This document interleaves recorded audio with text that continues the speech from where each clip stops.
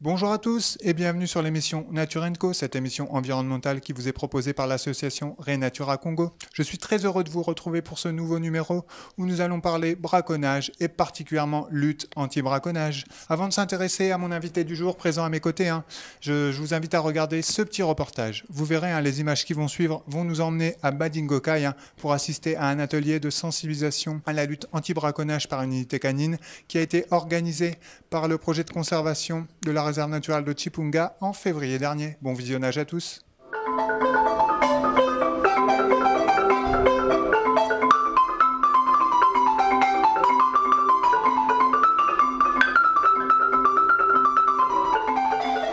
Pour ce nouveau reportage, nous voici dans la sous-préfecture de Badingokai, dans le département du Kwilu, à une 50aine de kilomètres de la ville Océane. En ce 28 février, nous avons été invités à assister à une réunion de sensibilisation portant sur la lutte anti-braconnage.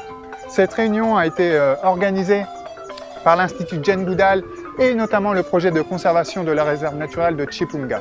Elle a réuni d'innombrables invités et notamment de la gouvernance environnementale, les autorités locales, les défenseurs de l'environnement et toute personne qui souhaitait assister à cette réunion pour en apprendre un petit peu plus sur le rôle de l'unité canine dans la lutte anti-braconnage.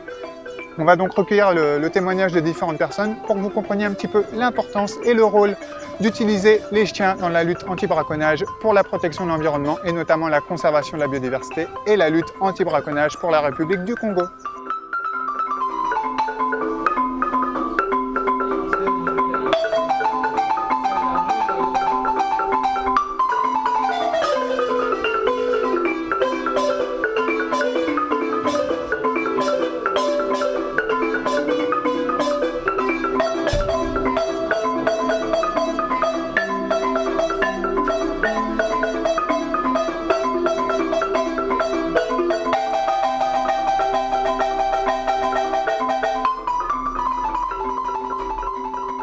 Monsieur le chef du district de Kakamoïka, mes chers collègues, monsieur le chef de cabinet représentant le sous-préfet de Zambie, monsieur le conservateur, mesdames et messieurs, en vos rangs, grades, toute préséance respectée, je vous remercie d'avoir choisi Badingokai pour justement nous faire connaître l'importance d'une opération canine dans la lutte anti-braconnage. Nous avions eu cette expérience dans le temps. On est venu nous présenter une telle opération. Malheureusement, il n'y a pas eu de suite. Et nous espérons que cette fois-ci, que non seulement qu'on va nous en faire la démonstration, mais que demain, ça sera une unité véritablement opérationnelle qui va donner des résultats probants. D'autant plus que ici et maintenant, pour ne pas dire ici et dans le district de Nzambi, le district de Kakamoïka et peut-être par ricochet le district de Luango, on constate qu'il y a une battue régulière des éléphants. Les gens prennent donc les pointes et vont les vendre, et vous savez, au plus offrant, à Pointe-Noire ou ailleurs. Et donc il y a une nécessité de mener une véritable lutte anti-braconnage des animaux intégralement protégés, et même ceux qui le sont le plus simplement du monde. Parce que nous constatons évidemment que même pendant la période d'interdiction du chasse, eh bien, les gens se prélassent et se donnent le luxe de tuer régulièrement les animaux. Et donc nous avons besoin d'une telle unité qui va évidemment aider l'homme avec ses limites. Parce que moi j'ai vécu cette expérience à la frontière entre la France et la Suisse. La police avait justement une unité comme ça où on cherchait à détecter l'héroïne dans les sacs des passagers dans le bus. Et ça a été très efficace. Et donc nous voulons que ce soit quelque chose de concret qui demain va donner des résultats, comme je l'ai dit, probants. Et nous sommes donc très heureux de vous recevoir et nous vous souhaitons la bienvenue et un bon séjour dans le district de Madionkay. Je vous remercie. La lutte anti-braconnage se fera accompagnée de ces chiens auprès des découvertes. Alors, que ce soit dans les patrouilles, dans les fouilles, dans les contrôles, ces chiens seront toujours au côté des découvertes. Nous passons à présent à la démonstration.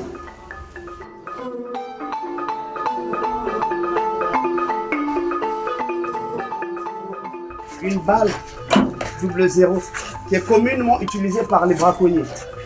Et ceci ne peut pas être tenu par mes mains propres parce que sinon mes mains seront infectées. Et au passage, si jamais je mettais ma main à toucher sur le véhicule, le chien sera confus. Et donc, je prends la balle avec les ciseaux. La portière étant ouverte, suivez tous. Dans la boîte à gants, je ferme. Si je descends la glace, c'est parce que quand nous sommes devant les passagers, le chauffeur doit descendre, les passagers tous doivent descendre et nous avons passé à la fouille. Tout en arrêtant le moteur, bien sûr. Ceci étant fait, je referme.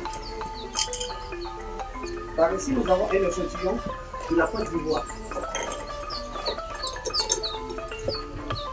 que je vais cacher. Combien ils sont capables de détecter même un objet imbibé dans du gasoil.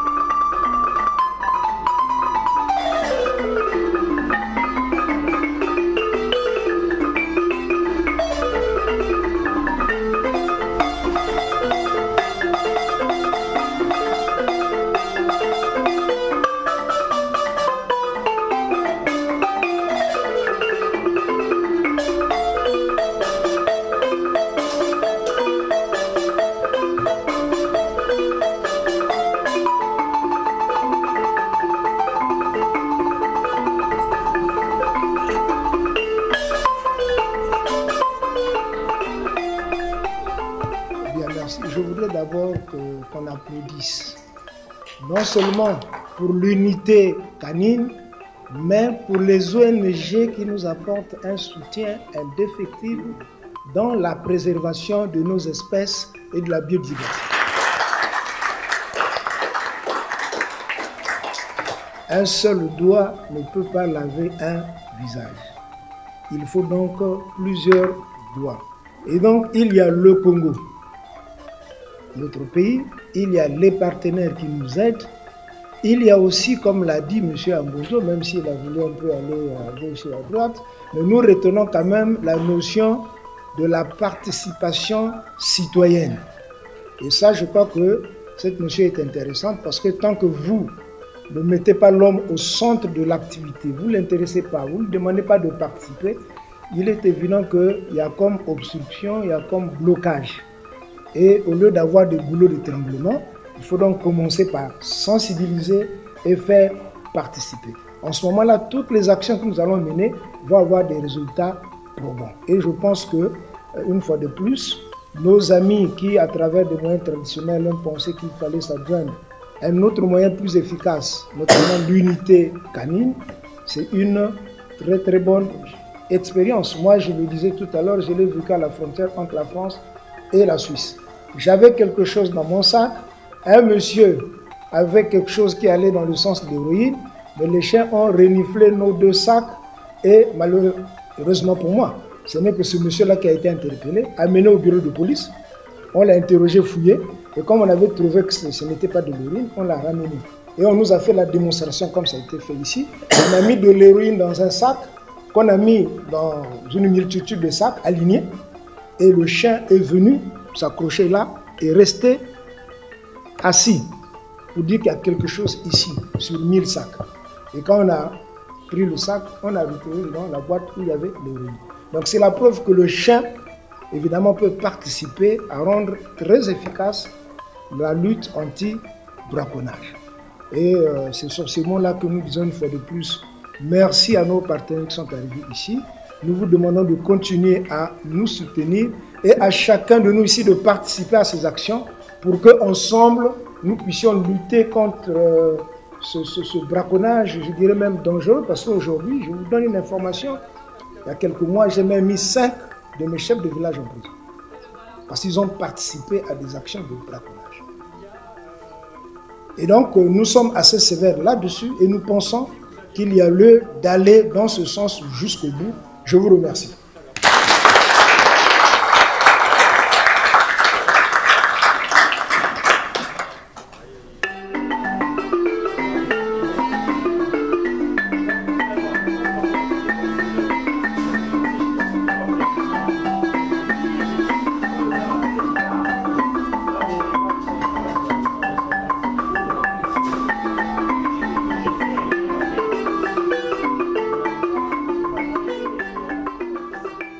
Je suis accompagné du guide Maître Chan, Bolende Boussi Platini, et l'éco-garde chargé à la logistique de transport, Monsieur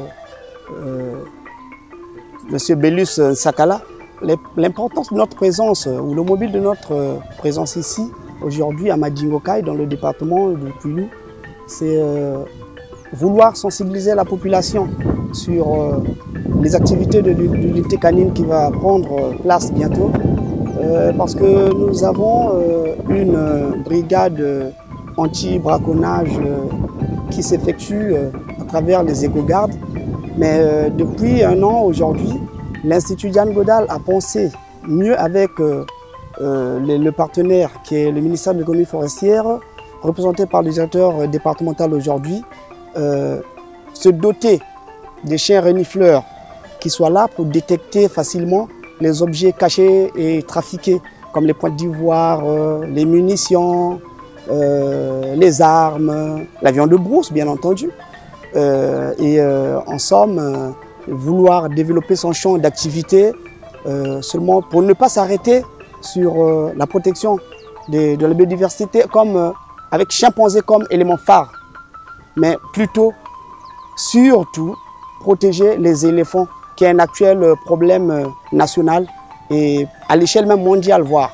Et du coup, voilà pourquoi nous sommes venus faire une représentation et une présentation de l'unité canine au sein de Madingokai, parce que ça a été déjà fait dans d'autres localités.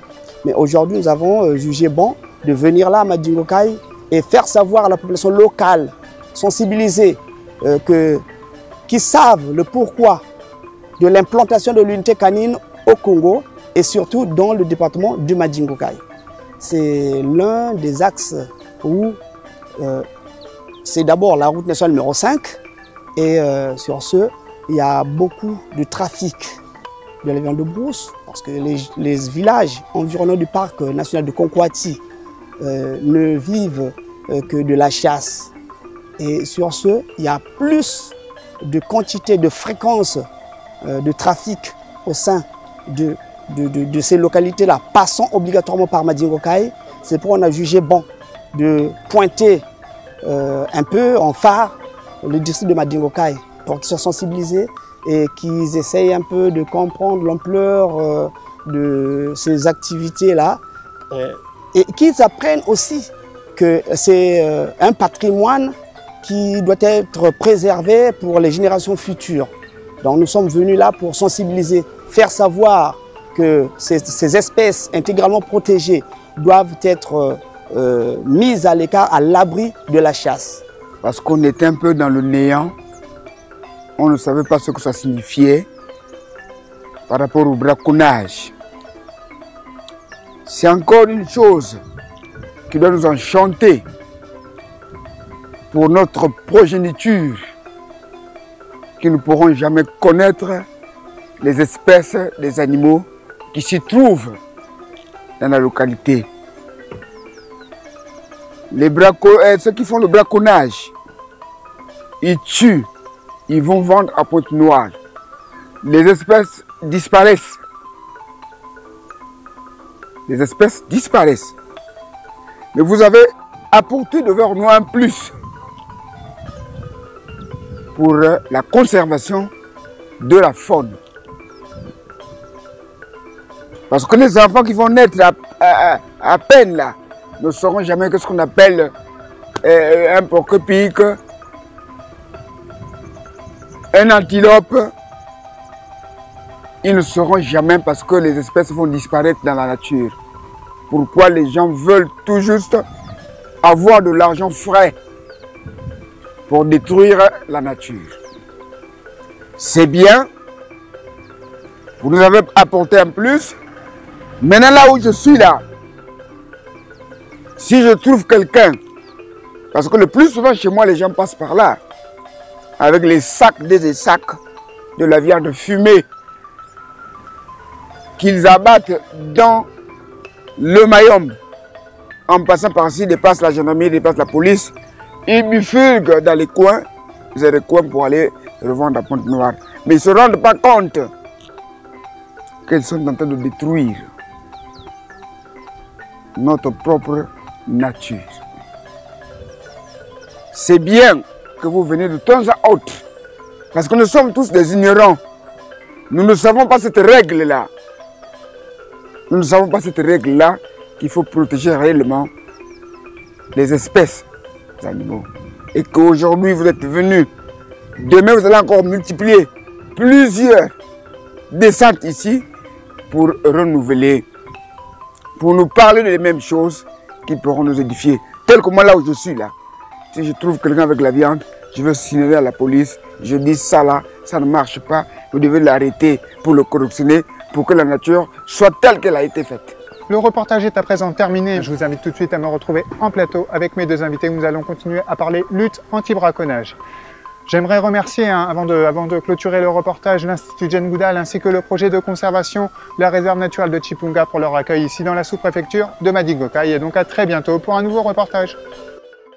Nous voici à présent de retour sur le plateau de notre émission en compagnie de notre invité, Monsieur Noël. Je vais le laisser se présenter dans quelques minutes. Il va nous dire un petit peu quel est l'objet de sa présence ici et quel est son travail au quotidien. Bonjour Monsieur Noël. Bonjour Monsieur Lilian. Merci pour votre invitation. Je suis Edouard Noël Kiyindou, coordonnateur de l'unité canine anti-braconnage, responsable des éco-gardes dans la réserve naturelle de Chipunga. Alors, je suis là présentement pour participer à l'émission de sensibilisation sur la lutte anti-braconnage au Congo et aussi parler du problématique sur le braconnage au quotidien. Au quotidien, je suis avec les éco-gardes pour lutter contre les braconniers et la dévastation des forêts de la réserve naturelle de Chipunga au sein et autour de la réserve. Et aussi travaille sur l'entraînement des chiens renifleurs en ce moment qui n'ont pas encore pris l'ampleur sur les activités au sein de la réserve et autour de la réserve, mais qui participent sur les séances de patrouille et sur les fouilles des véhicules qui s'infiltrent au sein de la réserve. Merci. Très bien, merci Noël. Alors avant de s'intéresser justement à ces patrouilles canines, j'ai juste une première question à te poser. Déjà, qu'est-ce que la lutte anti-braconnage ? La lutte anti-braconnage, c'est une méthode de répression, sinon que de préservation de la biodiversité en soi, et une façon de repousser les chasseurs, comment on les appelle vulgairement, les scieurs de bois au sein des aires protégées. Très bien, merci Noël pour cet éclaircissement. Alors justement, tu parlais tout à l'heure de cette patrouille canine. En quoi consiste cette patrouille canine un peu plus? Est-ce que tu peux revenir dessus un peu plus en détail? On a vu une démonstration dans le reportage de cette unité canine, mais est-ce que tu peux revenir un peu plus en détail sur pourquoi elle existe et pourquoi ce projet est présent au Congo? Bien entendu.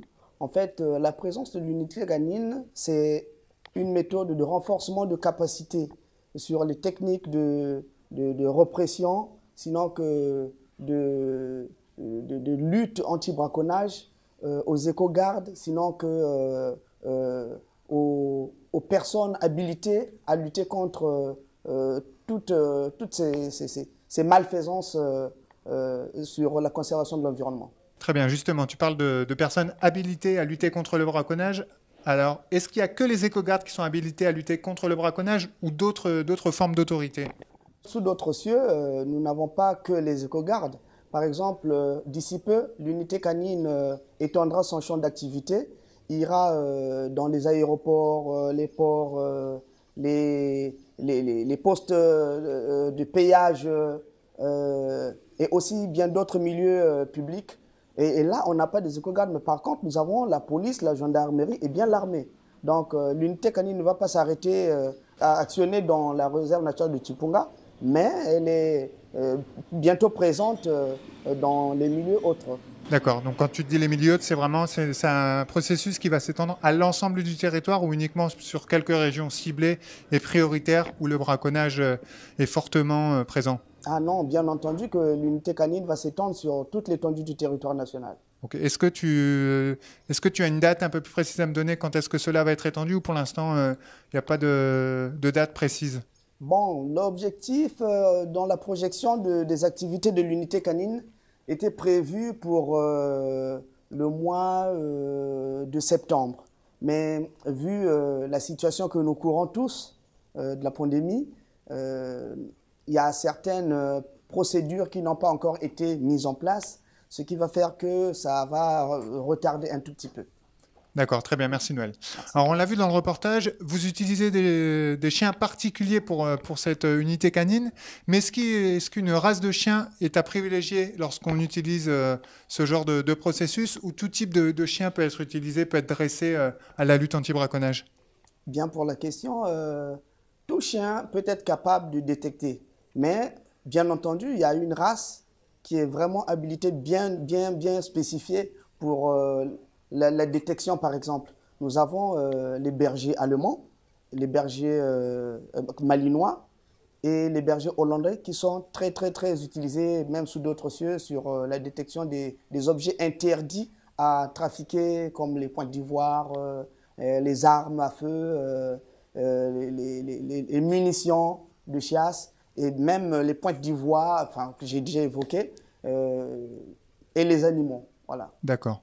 Donc pour les personnes qui regarderont cette émission, hein, les races que vient de citer Noël, c'est les races que vous pouvez voir dans le reportage pour vous donner un petit peu un ordre d'idée à quoi ressemblent ces chiens. Autre question du coup, combien d'éco-gardes à Chipunga, mais pourquoi pas aussi dans le reste du pays, sont amenés aujourd'hui à utiliser les chiens pour lutter contre le braconnage? Pour l'heure, nous n'avons que deux aires protégées, qui sont dotées de chiens renifleurs. Donc nous avons le parc de Odzala. Un peu plus dans le nord du pays, donc. Oui, plus au nord du pays, où il y a présent déjà des chiens renifleurs avec l'unité canine. Et aussi aujourd'hui, la réserve naturelle de Chipunga qui a ces chiens renifleurs-là qui sont en train d'œuvrer déjà avec les éco-gardes. D'accord, donc ce qui fait un total de combien de chiens à peu près, combien d'éco-gardes à utiliser cette méthode ici, de nous lutte? avons, en fait, l'unité canine et les éco-gardes, c'est deux sous-projets au sein de la réserve. Donc nous avons 4 maîtres chiens et 15 éco-gardes. Du coup, nous travaillons en équipe. Donc lors des séances de patrouille ou de fouille, nous avons 4 à 5 éco-gardes qui sont là pour sécuriser, décharger les véhicules et aussi conscientiser la population. Et à ce moment-là, nous avons 2 maîtres chiens qui œuvrent dans la fouille. Donc nous avons 15 éco-gardes et 4 maîtres chiens à la réserve de Chipunga. Ok. Et est-ce qu'à Dzala, tu sais à peu près le nombre d'éco-gardes et de chiens qui sont utilisés ou tu n'as pas l'information? En ce moment, je n'ai vraiment pas le nombre exact. Mais sinon, avant, il y avait 5 maîtres chiens et 22 éco-gardes. D'accord, merci.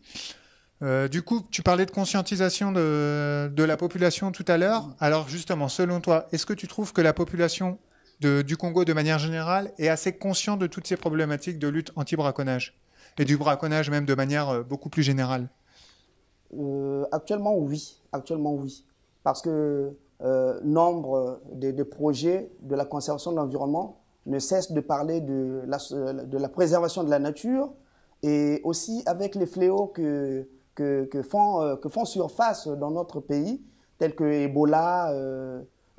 Les gens prennent quand même conscience que s'ils continuent à manger de la viande de brousse, et eh ben, ils sont contaminés de ces fléaux-là. Donc, mais comme vous savez, le changement de mentalité, c'est de façon progressive. C'est ça, c'est ça. Ça ne peut pas être d'un clin d'œil. C'est un travail de longue haleine, comme j'aime bien dire. C'est un travail de longue haleine, oui. Exactement. Ok, très bien.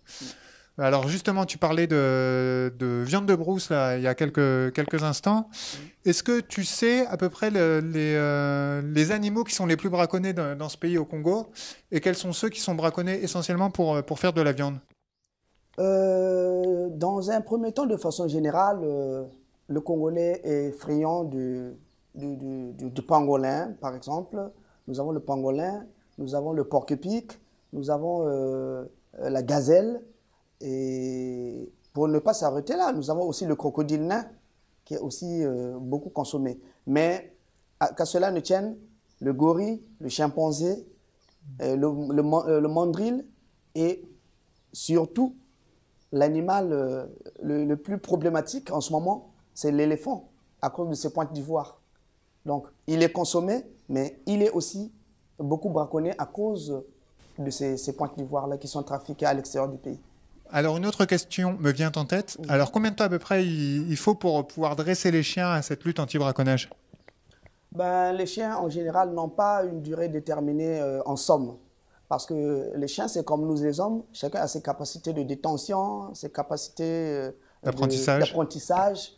Et donc, mais normalement, ça part de 6 mois à voire une année de dressage pour que le chien arrive à bien faire son travail.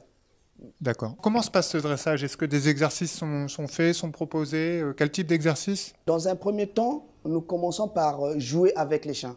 Nous prenons donc un jouet, particulièrement à chaque chien, que nous choisissons et qu'on crée un intérêt, avec lequel on crée un intérêt.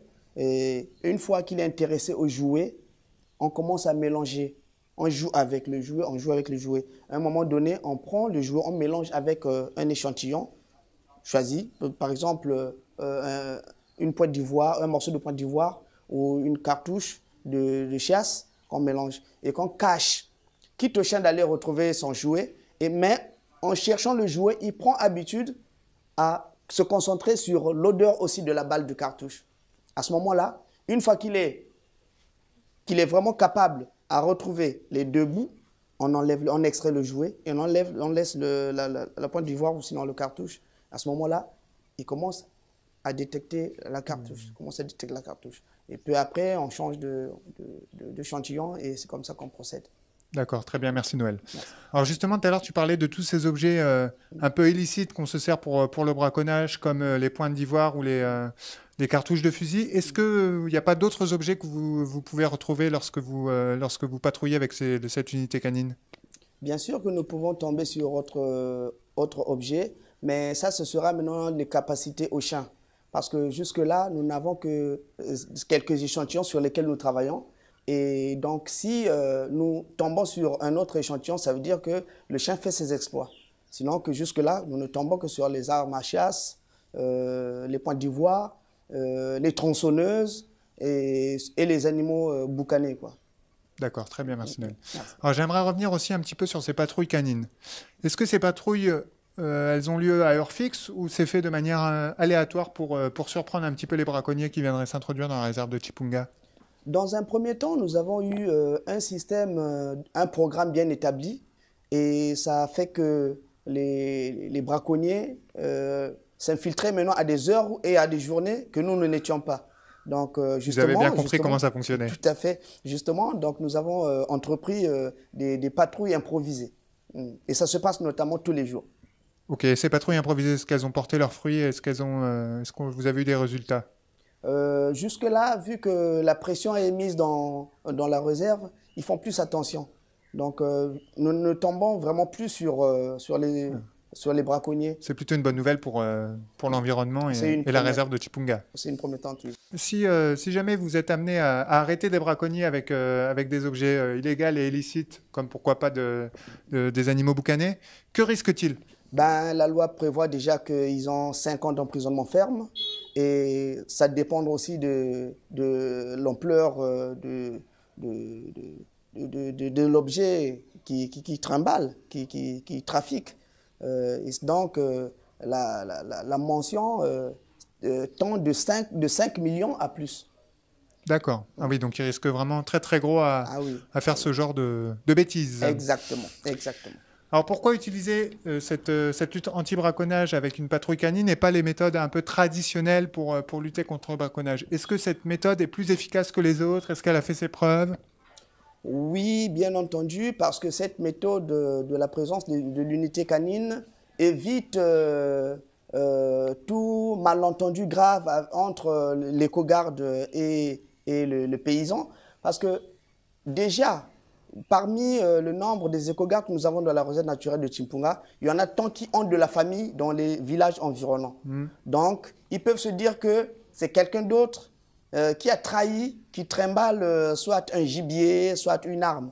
Mais quand c'est le chien tout seul qui découvre, à ce moment-là, il n'y a pas d'ambiguïté. Ah, oui, d'accord, je comprends. Pour éviter effectivement toute ambiguïté et tout. Oui, exactement. Ok. Est-ce que ces éco-gardes, je pense l'avoir compris avec les explications que tu as données jusqu'à présent, mais ces éco-gardes, on est d'accord, ils font partie intégrante de la population locale. Hein. C'est des personnes locales que vous avez recrutées pour lutter contre ce braconnage dans la réserve.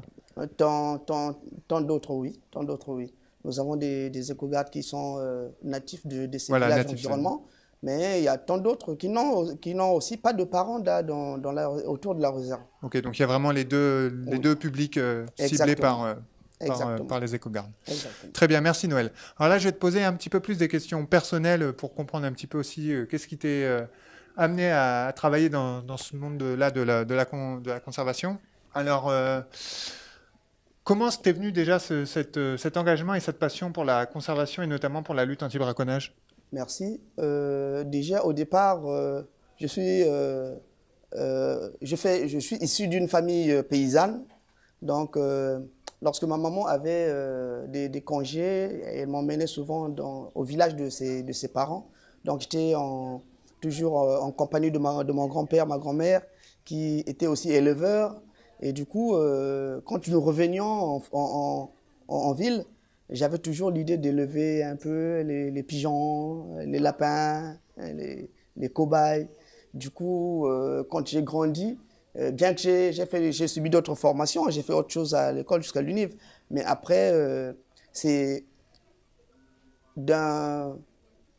pense que c'est la destinée. Parce que je travaille à un moment dans un supermarché où je croise celle que je salue même en passant, Madame Aliette Jamar, que je fais connaissance dans le supermarché, et une ancienne directrice aussi de Chipunga, qui était Madame Graziella Kotman.